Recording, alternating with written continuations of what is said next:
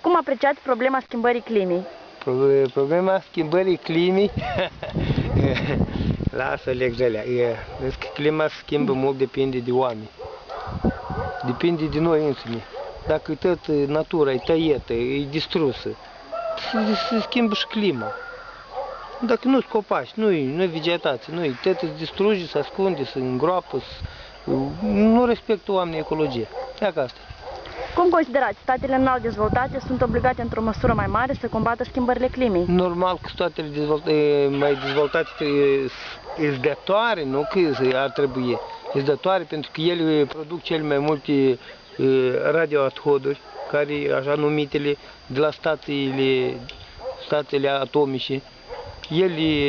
Ele produc cel mai mult carburant, ele produc cele mai multe mașini care poluează toată atmosfera. Așa că ele sunt dătoare, nu că ar trebui, dar sunt dătoare. Spuneți-ne dacă ați participat la vreo campanie sau mișcare ecologică. Campania sau mișcare ecologică am participat cu chestia aceea cu ecologia. Eu și lucrez cu ecologia.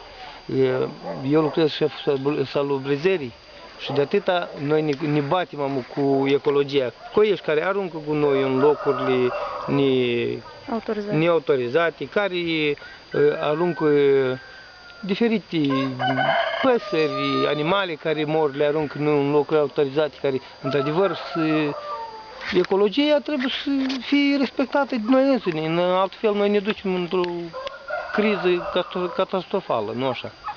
Mulțumesc!